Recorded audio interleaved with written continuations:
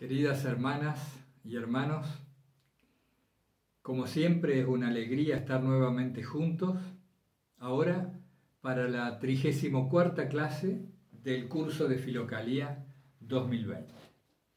Vamos a abordar el texto 40 capítulos de sobriedad de Filoteo el Sinaíta. Es un texto relativamente breve, si lo comparamos con los de otros monjes, que tiene gran belleza, profundidad espiritual y también es relativamente accesible. No es de tan difícil lectura como otros textos que hemos revisado juntos. Allí está escaneado ya desde el día de ayer en la página correspondiente a esta clase. Siempre que puedan, vuelvan a la página de Filocalía, listado de clases, porque vamos a ir agregando textos escaneados, a lo mejor varios días antes de la clase correspondiente, por si quieren leerlo con tiempo. La sobriedad, la nepsis, es la virtud suprema para Filoteo de todos aquellos que buscan el reino de Dios en su corazón mediante la esiquía, mediante esa quietud o silenciamiento de todas las potencias, del cuerpo, del alma y también del intelecto o nous, esa parte contemplativa más elevada. Yo quiero leerles de nuevo, como hemos hecho en algunas otras clases, la definición de nepsis, de sobriedad, que da el glosario de Filocalía. Dice que es una especie de ayuno espiritual, que consiste en cuidar el intelecto, la mente y el corazón, no alterados ni excitados por las pasiones y las distracciones, para permitir al hombre que permanezca en la oración.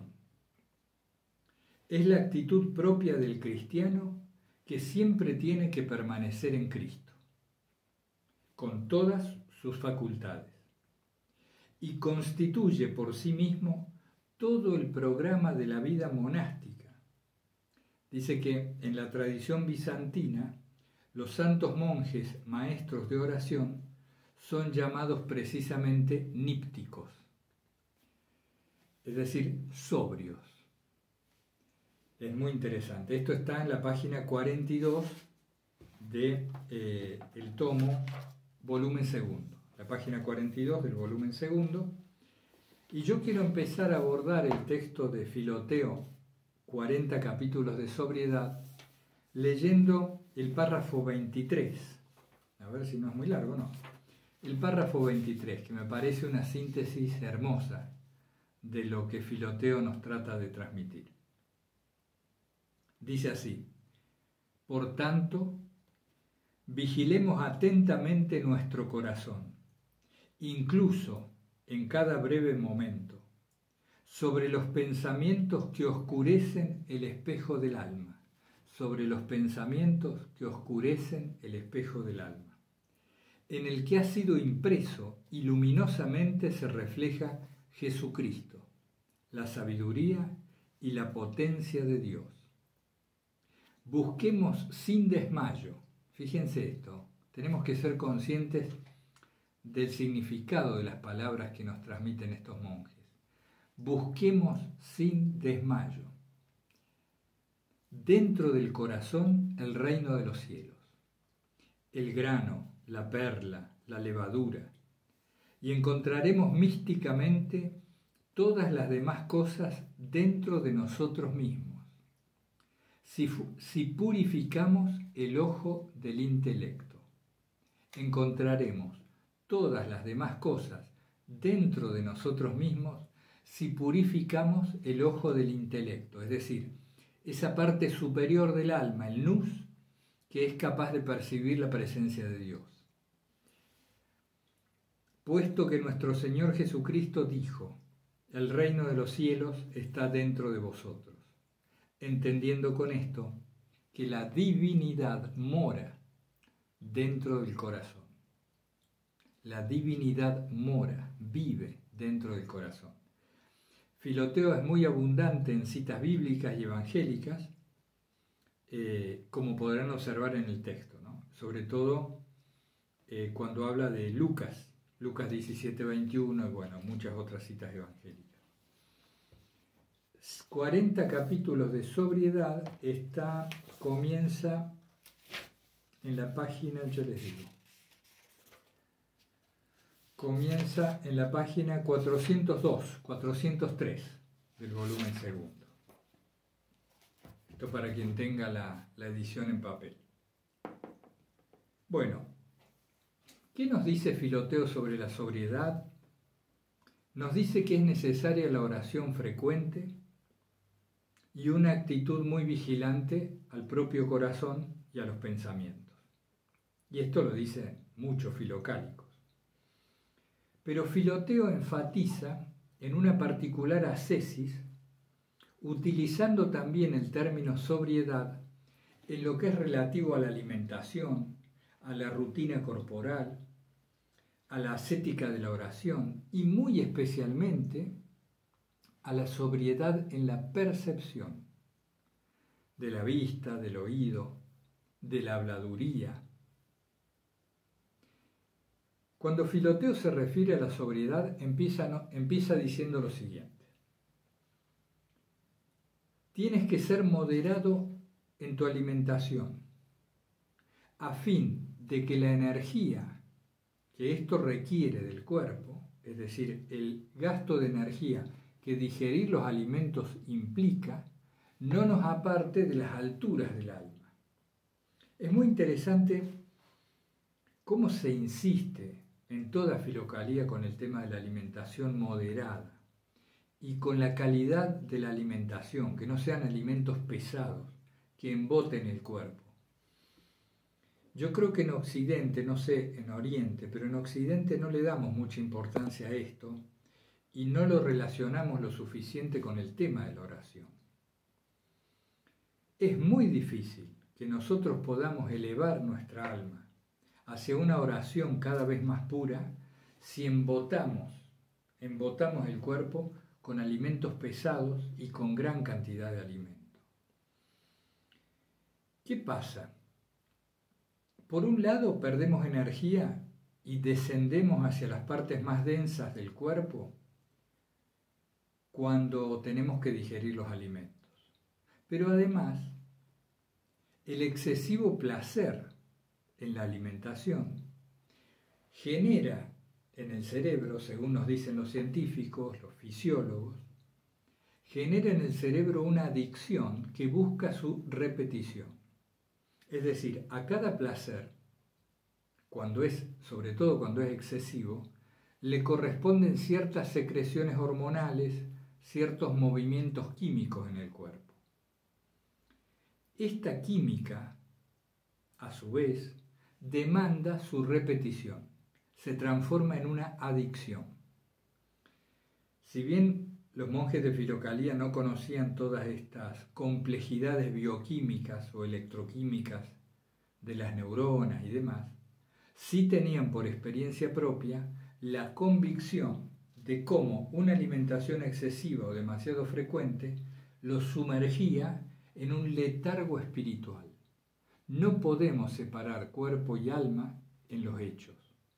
Lo que hacemos con nuestro cuerpo influye decididamente en psique, en nuestra alma, y por supuesto nos dificulta mucho elevarnos hacia una oración pura. Es más, es muy difícil encontrar deseos de orar cuando estamos muy cargados, ¿verdad? Muy llenos. Y como les digo, lo peor es que al otro día se busca repetir lo mismo. No es una cosa ocasional, es una verdadera adicción. Y como saben, hermanas y hermanos, la adicción a la comida, aunque no es vista con frecuencia como tal, es una de las más habituales en nuestra cultura. Apenas nos surge la ansiedad, apenas hay desasosiego, apenas nos inquietamos, ahí estamos, yendo a comer algo. Porque la sensación del comer, el sabor, nos calma, nos anestesia lo que sentimos de inquietud, de angustia o de ansiedad. Insiste bastante Filoteo con este tema. Pero también nos habla de otro tipo de alimentación, que es la alimentación a través de los sentidos de la vista, del oído, e incluye el tema del habla.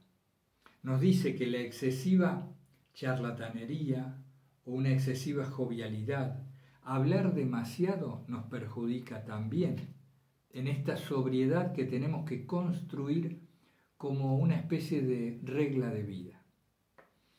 Fíjense, yo les traduzco esto a nuestro tiempo, según mi humilde entender.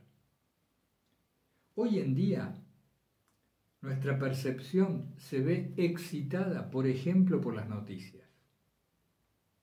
Estos monjes se iban al desierto y en ese sentido se les facilitaba el bloqueo de los estímulos que la ciudad o la aldea en aquellos tiempos les hacía llegar a sus sentidos. Nosotros la tenemos muy difícil. Fíjense, después nos vamos a orar, después de un día de trabajo, queremos encerrarnos en nuestra habitación, quizá nos ponemos frente a un ícono, con una vela, en nuestro altar, en ese sitio que tenemos, ojalá, dispuesto para la contemplación y la oración. Y apenas queremos entrar en nosotros mismos, ir hacia las profundidades del corazón, hacia un lugar más silencioso, empiezan los pensamientos a acosarnos. Asociaciones de todo tipo que tienen que ver, sin duda, con lo que percibimos durante el día. Fíjense cómo ahora, a través de los celulares, de los móviles, de la televisión y de Internet, estamos permanentemente estimulados con información de todo tipo. Información que la mayor parte de las veces es vacía y no tiene demasiada relevancia para nuestra vida. No podemos negar que hay que saber lo que está pasando, pero para eso bastarían 5 minutos de hojear algún diario por internet y ya estaríamos al tanto de lo que es necesario saber. Pero ¿qué nos ocurre? Apenas entramos, una noticia nos va llevando a la otra. Un enlace nos conduce a otro. Aparecen infinidad de publicidades que nos van estimulando los sentidos. Si estamos desatentos, fácilmente estamos 1 hora, 2 horas recorriendo de un diario al otro, de una noticia a la otra, de una propaganda a la otra.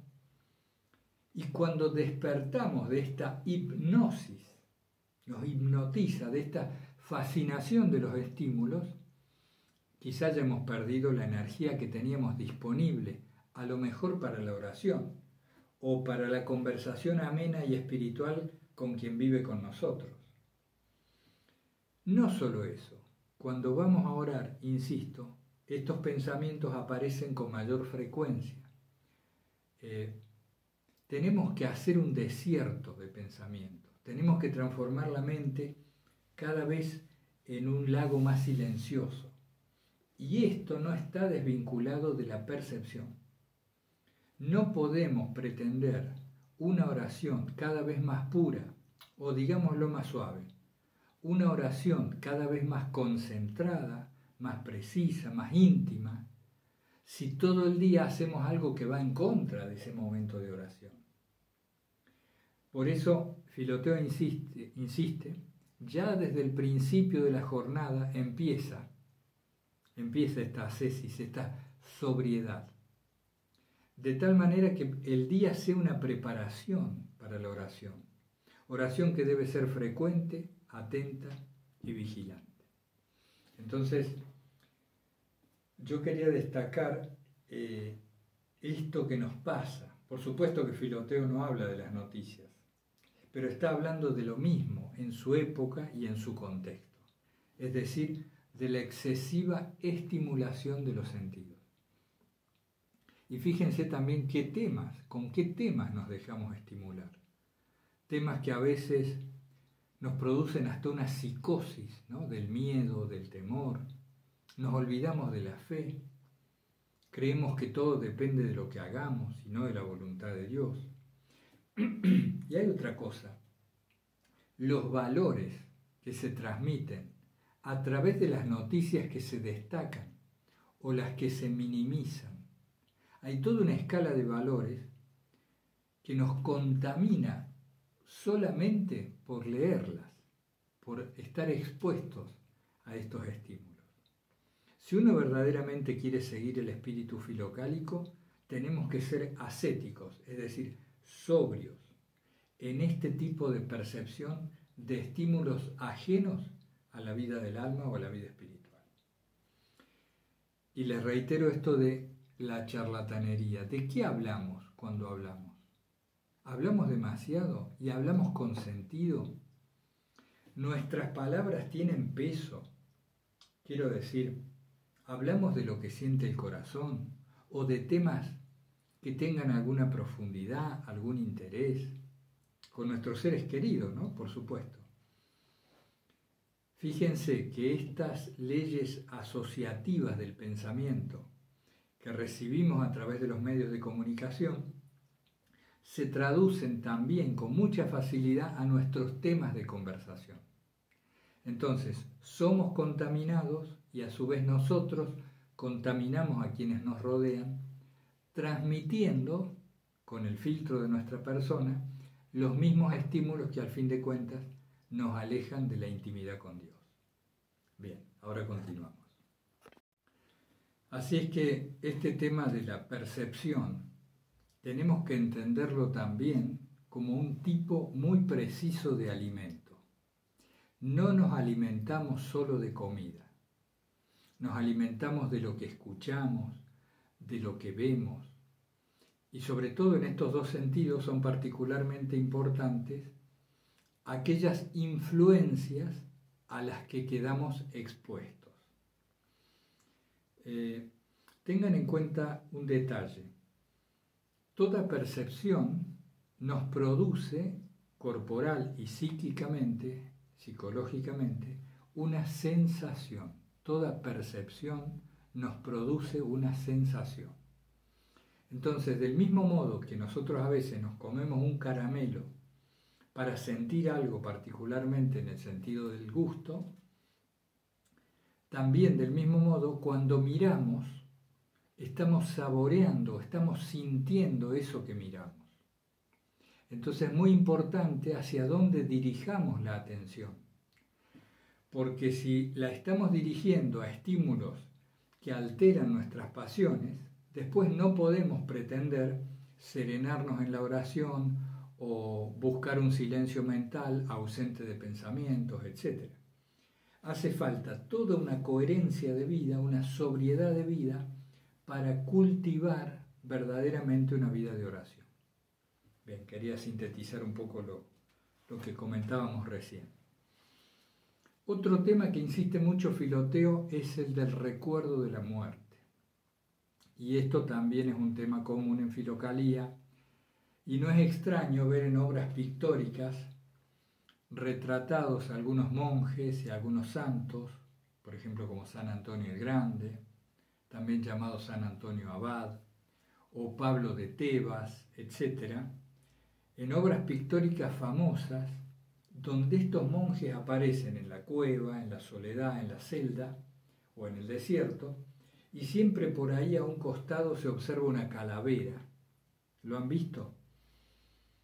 Esta era una costumbre cierta, no simbólica. Ciertamente usaban a veces una calavera cerca de sus cosas, donde oraban, precisamente para acordarse de la muerte.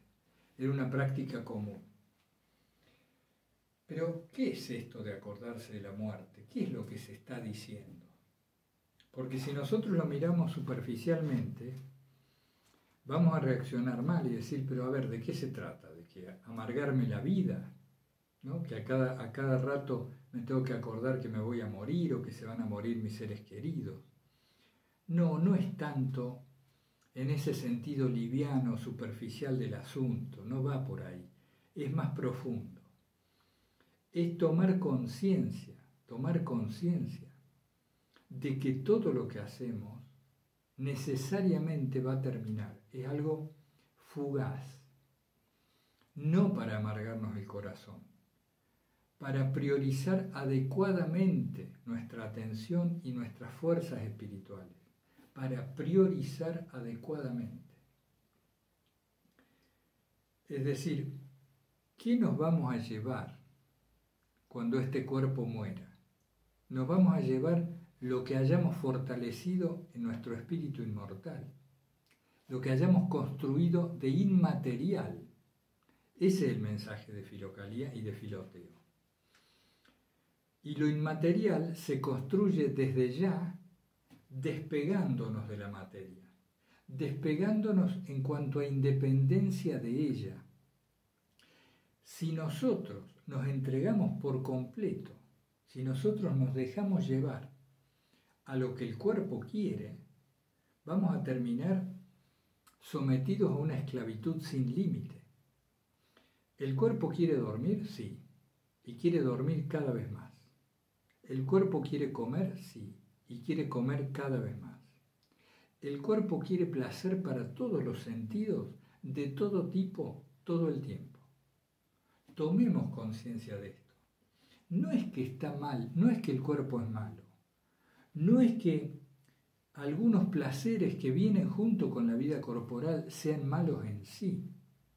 De lo que hablan los monjes filocálicos es de la dependencia y la esclavitud a la que nos someten las pasiones si nosotros no tomamos una dirección de desapego progresivo y profundo de estas cuestiones, de estas pulsiones de la materia.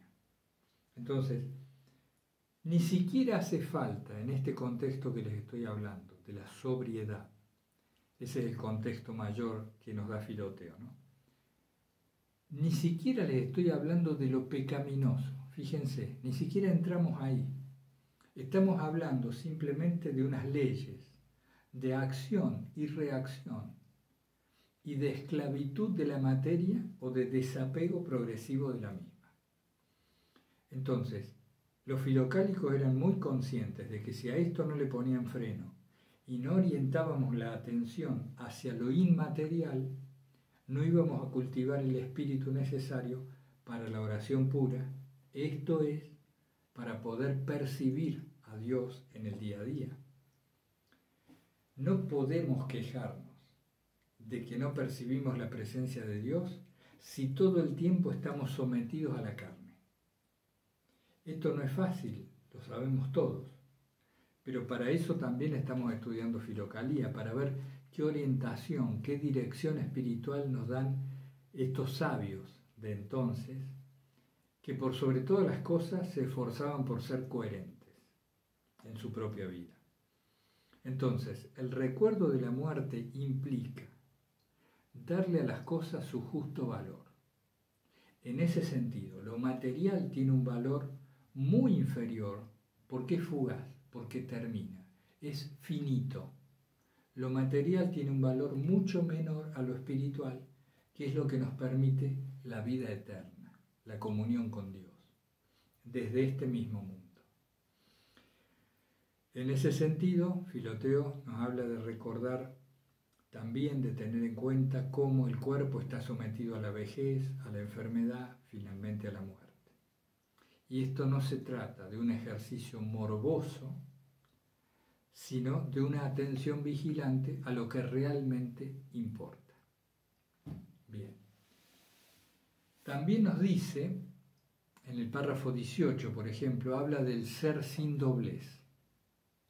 Tenemos que ser una persona sin doblez, de una sola pieza. Tenemos que ser honestos, coherentes, sinceros en todo momento y lugar. Y refiere a la cita bíblica evangélica de cuando dices sí, es sí, cuando dices no, es no, y otras. Eso es en el párrafo 18. Fíjense cuán acomodaticios, cuán camaleónicos nos hemos acostumbrado a ser, a comportarnos, debido a esta escala de valores que es reinante en esta época. Hoy se ve como normal el actuar según el lugar y según la circunstancia. Se ve como entendible, como lógico, que a tal persona la tratemos según lo que nos conviene en tal situación y a tal otra del mismo modo, en lo laboral, en el estudio, en la familia, en la calle, en lugar de ser, como nos aconseja Filoteo, de una sola pieza, una persona sin doblez. Y habla de que el cristiano se caracteriza por eso, por seguir a Cristo y por ser siempre fiel a este seguimiento. ¿Qué más? Bueno, solo Dios es eterno. Cuando hablaba de la fugacidad, nos hace recordar que solo Dios es lo eterno y que estando unidos a Él es el único modo, la única manera que tenemos de nosotros vivir una vida eterna. Hay otro aspecto del cual yo tomé nota. Él nos habla mucho, Filoteo, del seguimiento de Jesús, de tomar a Jesús como la norma de vida, como el modelo de conducta. Quería yo hacerles la pregunta para que cada uno se responda. Cuando me imagino que sigo a Jesús, o cuando me imagino un seguidor de Cristo, o simplemente un cristiano, ¿cómo me imagino a Jesús? ¿Qué tipo de virtudes destaco en él? En este caso, para el tema de la sobriedad, está muy bueno enfocarnos en el coraje de Jesús, de la figura de Jesús, en esa valentía que lo llevaba a hacer la vida que finalmente tuvo, a predicar con su misión, a hacerse cargo del sacrificio y de la ofrenda, de la muerte que vino a morir a este mundo. Quería simplemente hacer mención a que revisemos cómo es el modelo de conducta de mi Jesús, porque cada uno tiene un Jesús dentro, un Jesús en la imaginación y en el propio corazón, que es distinto del que puede tener otra persona. ¿Cómo es mi Jesús? ¿Es valiente? ¿Es sobrio? ¿Es decidido? ¿Es firme? ¿Se propone algo y pone todo lo que tiene en eso? Digo porque los modelos de conducta nos actúan mucho y es importante estar atentos a eso. Lo menciono al paso por algo que hablamos en fenomenología y que me comentaba una hermana dentro de este contexto.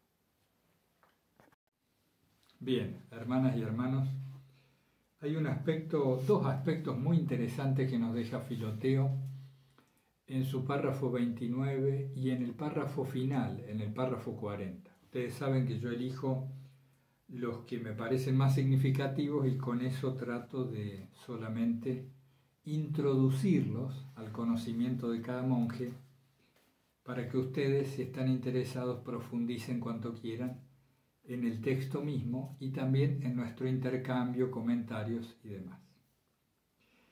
El párrafo 29 es muy breve y dice lo siguiente. Un madero que se enciende produce humo fastidioso para los ojos, pero luego les muestra luz y los reconforta después de haberlos molestado. Ustedes saben que ellos en esos tiempos se manejaban mucho con lo que nosotros conocemos hoy en día como las antorchas, por ejemplo, ¿no? Era un madero encendido con algo combustible en su punta que producía más luz. Entonces, un madero que se enciende produce humo fastidioso para los ojos, pero luego les muestra luz y los reconforta después de haberlos molestado. Así también la atención, que mira incesantemente, nos trae pesadez. Pero cuando en la oración llega Jesús, invocado, ilumina el corazón. En efecto, su recuerdo junto a su esplendor ofrece el mejor de los bienes. Esto de así también la atención que mira incesantemente se refiere precisamente a la oración esicasta, la oración de quietud, que inmovilizando primero al cuerpo y a través del ancla de la respiración, intentaba fijar la atención en la oración de Jesús, después en la oración de una sola palabra, llamada oración monológica, para posteriormente dedicarse a una atención silenciosa en busca de la contemplación, prescindiendo incluso de la oración monológica. Esta es la atención incesante que buscaban estos monjes y a la que se refiere este párrafo. Este tipo de atención en sus primeras fases, cuando no se ha hecho costumbre y segunda naturaleza en el monje, produce tremenda pesadez. Cualquiera de nosotros lo ha comprobado cuando nos hemos sentado en quietud intentando repetir la oración de Jesús o la jaculatoria que a ustedes les sea preferente, les sea de su agrado. Habrán visto que el primer enemigo es la pesadez del cuerpo, la somnolencia y después los pensamientos, que poco a poco empiezan a transformarse en sueño onírico. Entonces, esta es la molestia que al principio produce la búsqueda de una atención vacía, despojada de los estímulos que todos los días estamos acostumbrados a seguir de aquí para allá según el viento de los estímulos de afuera y de los recuerdos e imaginaciones de adentro. Es muy interesante esto del párrafo 29. En el párrafo 40, que es el último de los 40 capítulos de sobriedad, Filoteo nos quiere destacar el valor y la importancia que tiene lo que en un lenguaje coloquial yo les diría cómo Dios nos habla a través de los acontecimientos. Miren, esto es de suma importancia. Si nosotros tomamos todo lo que ocurre en nuestra vida, cualquier circunstancia o acontecimiento, como la posibilidad de interactuar con Dios. En otros términos, si esto que me está ocurriendo es lo que Dios me da para que yo aprenda y para que me eleve hacia Él, cambia el significado totalmente de lo que hacemos en cualquier momento del día. Nuestra vida cobra sentido. Yo les quiero leer el párrafo 40, porque no voy a poder mejorar las palabras de Filoteo, que también es breve y es una maravilla. Fíjense, página 421. Ninguna de las molestias que nos suceden cada día nos hará daño o nos entristecerá. Ninguna de las molestias que nos suceden cada día nos hará daño o nos entristecerá. Cuando nos hayamos dado cuenta de ellas y las consideremos objetos de meditación. Considerar las molestias de cada día como objetos de meditación. Por esa razón dice el divino apóstol Pablo, por eso me complazco en mis flaquezas, en las injurias, en las necesidades. Y remite a 2 Corintios capítulo 12, versículo 10. Y todos los que quieran vivir piadosamente en Cristo Jesús sufrirán persecuciones. A Él la gloria por los siglos de los siglos. Amén. Ninguna de las molestias que nos suceden cada día nos hará daño o nos entristecerá. Cuando nos hayamos dado cuenta de ellas, primer punto, y las consideremos objetos de meditación.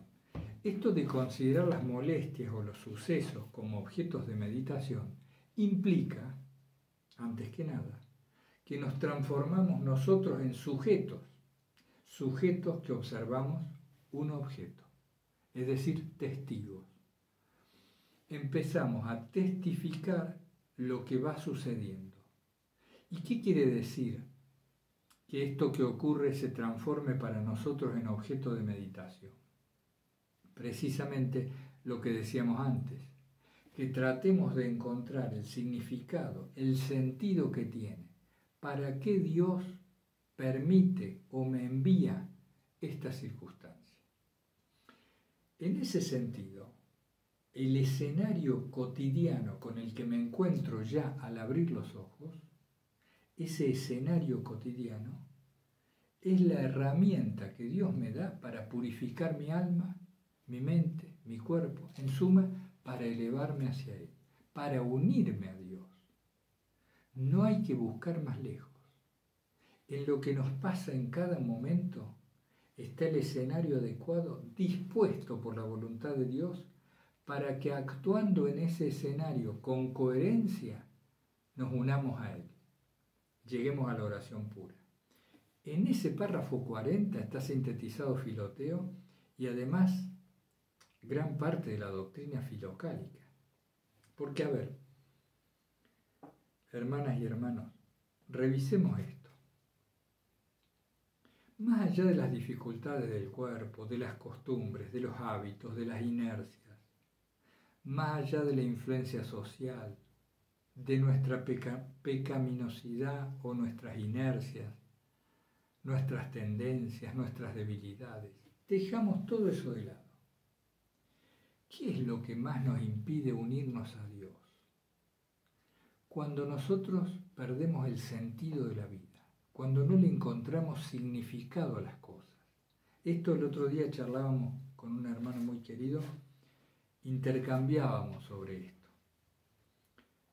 La pérdida de sentido nos deprime, nos quita las fuerzas, nos aparta de todo coraje. ¿Quién va a tener el coraje de vencer una pasión, de seguir una ascesis, de no reaccionar, etcétera? ¿Quién va a querer poner la otra mejilla si no encuentra un sentido en eso? Necesitamos sacralizar nuestra vida. ¿Y qué es que nuestra vida se transforme en algo sagrado? Esto es cuando tiene sentido, cuando sirve para algo, cuando lo cotidiano está atravesado por lo luminoso, es decir, por aquello que viene del otro mundo, del mundo celeste, se sumerge en este y lo dignifica. Para encontrarle nosotros sentido a nuestra vida, significado a nuestra vida, tenemos que tener a Dios. Sin Dios, la vida no tiene el menor sentido. Es decir, sin Dios y sin una vida más allá de esta vida. Entonces, comportándonos en consecuencia, dotamos de sentido las cosas más simples de nuestra vida terrena, confrontándolas con toda la carga de valor que implica considerarlas como venidas a las circunstancias de la mano de Dios. Realmente, ¿de qué otra mano pueden venir los hechos y los acontecimientos sino de Dios mismo? ¿Quién hizo todo esto? ¿Cómo es que apareció el mundo? ¿Cómo es que estamos en un planeta en medio de un universo inmenso, iluminados por un sol? ¿Cómo es que el aire entra y sale del cuerpo? ¿Cómo es que late el corazón? ¿Cómo es que mis ojos ven? ¿Cómo es que ustedes pueden entender estos sonidos que salen de esta boca, etcétera, etcétera? Todo eso, a lo que estamos tan acostumbrados, que damos por sentado. ¿De dónde viene sino de un creador?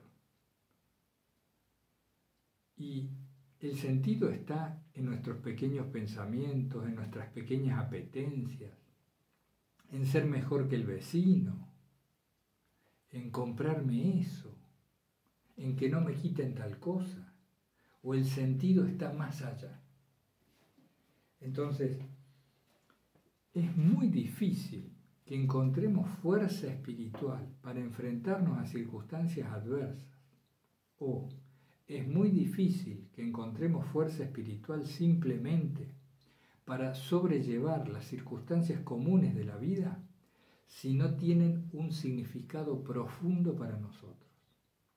Y ese significado está en Dios, y entendiendo que todo lo que ocurre lo envía Él, dándonos cuenta de esto.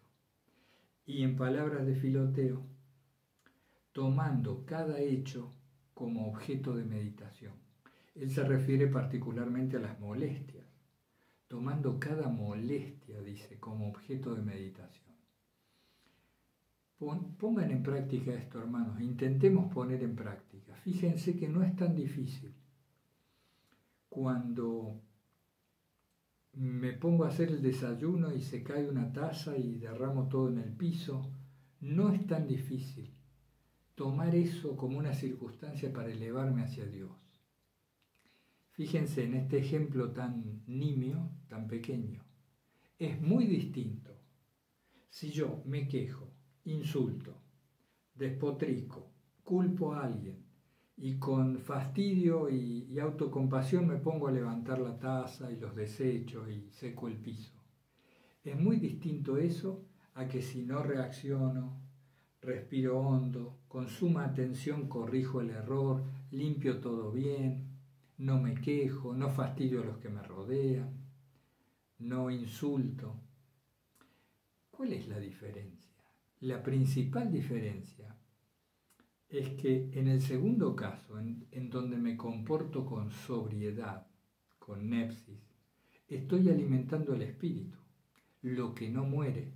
Estoy haciendo fuerte la parte inmaterial. Hago mi corazón más invulnerable a los aconteceres. En cambio, en el primer caso, me someto a las pasiones, a la ira, a la cólera, a la queja, la pena por mí mismo. No considero a los que me rodean. ¿Ven? Es un simple ejemplo, una taza rota y la respuesta que doy ante eso. Creo que ese es un mensaje hermoso que nos deja Filoteo. Avanzo ahora con 2 consultas que llegaron durante la semana.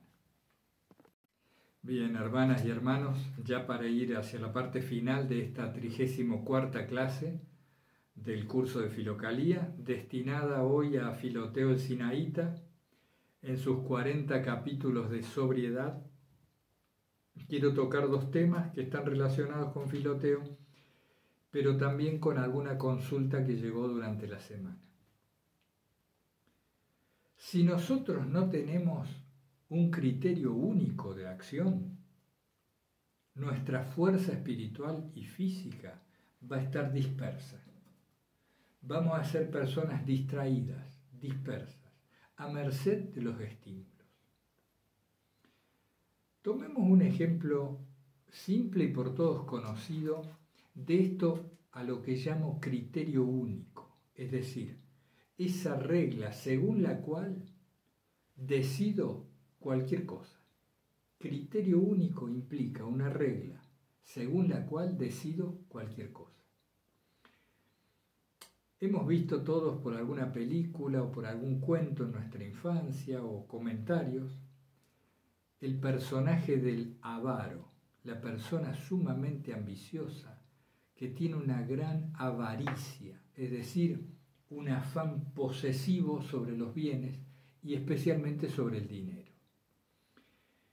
Esta persona, este personaje, está todo el tiempo pensando cómo ganar más dinero, cómo acumularlo, cómo protegerlo, y no solo eso, sino que se preocupa especialmente de gastar lo menos posible. Una persona codiciosa en extremo, amarrete, se dice por estas regiones, no sé en otras. Una persona que le cuesta mucho gastar, porque tiene en muy alta estima el dinero. Esto le brinda una seguridad que no tiene en el interior de sí mismo y por lo tanto se aferra a este objeto, a este bien de cambio que es el dinero, que le permite acceder a todas las otras cosas que sí le brindan una seguridad de la cual carece. En este ejemplo del avaro, nosotros tenemos una perfecta muestra de lo que es el criterio único. ¿Qué es el criterio único? Aquello que más me importa y a lo que me sujeto extremadamente en toda mi vida. El avaro nos puede enseñar algo si nosotros usamos otro criterio y no la acumulación de dinero. Porque todos sus pensamientos, sus acciones, sus sentimientos están todos orientados hacia la obtención y la conservación del dinero. En nuestro caso, cambiemos el dinero por el espíritu, por el fortalecimiento del espíritu. Este sería, por ejemplo, un excelente criterio único, según el cual tamizar, filtrar todas las conductas de nuestra vida. En otras palabras, ¿esto que quiero hacer ahora sirve para fortalecer mi espíritu o lo debilita? Esta acción, repito, sirve para fortalecer mi espíritu, eso inmaterial que en mí no muere ni va a morir jamás, eso que va a estar junto a Dios, o lo debilita. Otra persona podría usar otras palabras y estaríamos aludiendo de lo mismo. Por ejemplo, ¿esto que voy a hacer se ajusta al Evangelio? ¿Se ajusta a la enseñanza de Jesús o lo contradice? Igual, estamos hablando de lo mismo. Tomemos el mandamiento de amar a Dios y amar a los demás como a nosotros mismos. ¿Esta acción que voy a realizar se ajusta a ese mandamiento o se aparta? Un criterio único es imprescindible, o digamos mejor, si no es un criterio único, el criterio principal. ¿Cuál es ese punto de vista según el cual voy a orientar toda mi vida? Si no tomo una decisión profunda, y a esto iba la consulta de esta semana, si no tomo una decisión profunda de orientar mi vida en base a un criterio único, lo que sucede es que quedo a expensas de los estímulos. Estímulos que son exteriores a mí o que vienen de mi propia mente, de mi propio interior, y que me tienen al final como hoja llevada por el viento. A veces para un lado, a veces para el otro. Nuestra conducta empieza a resultar cada vez más desacertada, poco confiable. Nos volvemos poco confiables para nosotros mismos.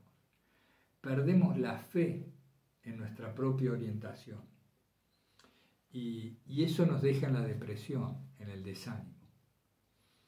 Aunque seamos muy incoherentes, el primer paso para tener coherencia es tener un criterio, porque la coherencia es en relación a algo. Yo soy coherente en relación a algo. ¿Qué es la coherencia? Es un hilo, un único hilo, una sola dirección. Es como si tuviéramos un collar y las cuentas que están unidas por un mismo hilo generan, producen el collar. Este hilo que permite unir las cuentas es el criterio único y en base a eso podemos generar una vida coherente. El Evangelio como norma de vida, el modelo de conducta de Jesús, o en otras palabras, el afán de inmortalidad, para lo cual necesitamos que se fortalezca en nosotros lo que es inmaterial, pueden ser criterios y formas de expresarlo que sean adecuadas a esta época. Así que ahí tenemos eso del único criterio.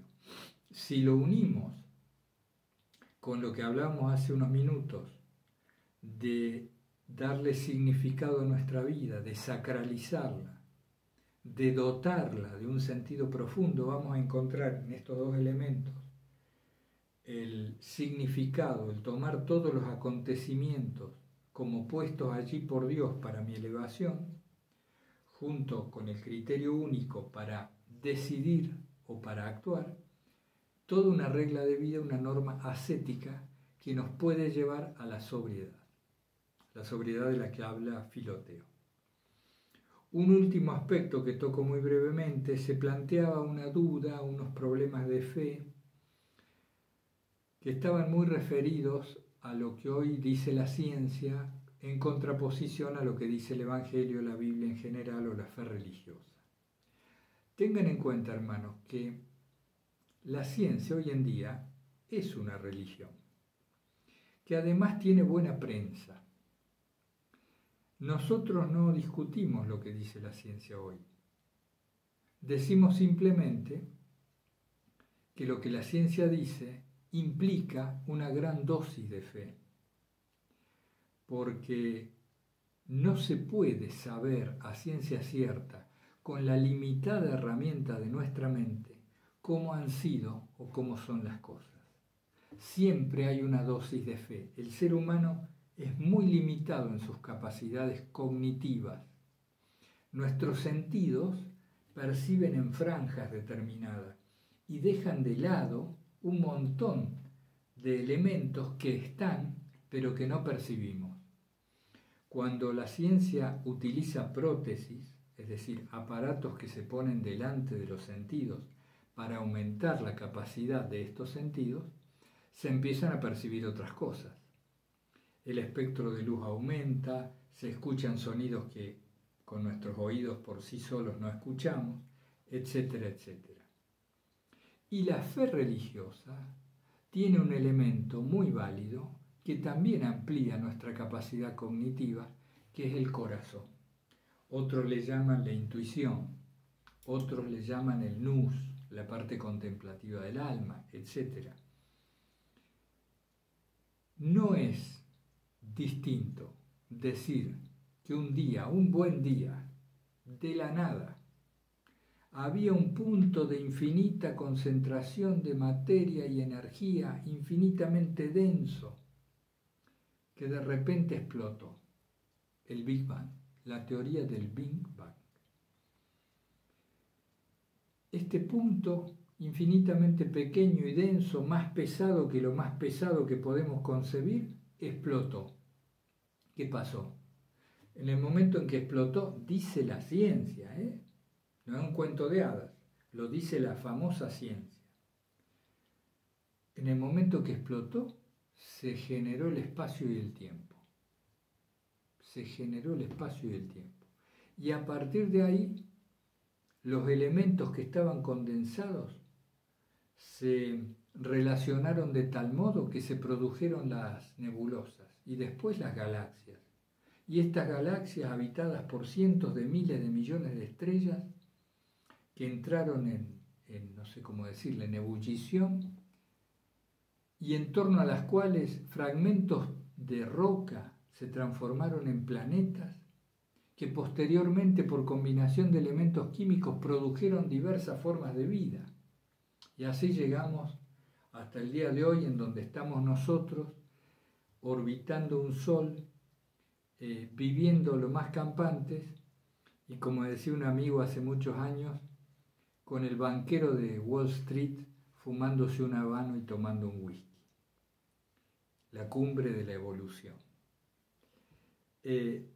Esta visión cientificista tiene altas dosis de fe, al igual que la religión necesita de altas dosis de fe, porque la mente no puede atravesar el tremendo misterio de la existencia. Sí lo puede atravesar el corazón, pero eso es íntimo, es intransmisible, es un tipo de certeza no científica. Entonces, no tenemos que dejarnos apabullar cuando hoy se considera a la religión algo de menor rango que la ciencia, como si fuera una mera superstición. Y yo acá no estoy hablando de un génesis literal, ni de que Dios lo creó realmente en 6 días calendario al mundo. No me estoy metiendo con eso, de lo cual soy absolutamente ignorante. Estamos diciendo que la ciencia actual, como la de todas las épocas, y la religión actual, como la de todas las épocas, tienen su propio campo de acción, que no se contradicen. ¿En dónde no se contradicen? En que ni la ciencia lo sabe todo, ni la religión lo sabe todo. El ser humano no lo sabe todo. La diferencia está en que la ciencia utiliza un lenguaje y la religión utiliza otro. Pero por ambos caminos se llegan a similares certezas, que no podemos concebir que esto no haya tenido un principio. Pero fíjense, no lo podemos concebir. No quiere decir que no haya sido de otro modo. Espero explicarme más o menos en la brevedad del tiempo que tenemos para responder un poco esta consulta, este intercambio. ¿Cuál es el misterio insondable que el ser humano no puede responder? ¿Qué cosa es esta existencia? El misterio de la existencia, que sin duda tiene un sentido, que tratamos de tantear con el corazón espiritual y de actuar coherentemente con esa sensación. Bueno, no me quiero extender más por hoy. Les mando un abrazo fraterno a todos. Ya saben que estamos a disposición por cualquier temática. Invoquemos juntos a Jesucristo, nuestro Señor, que sabe llevarnos por los caminos que necesitamos ir para que descubramos poco a poco el sentido de los acontecimientos. Hasta pronto.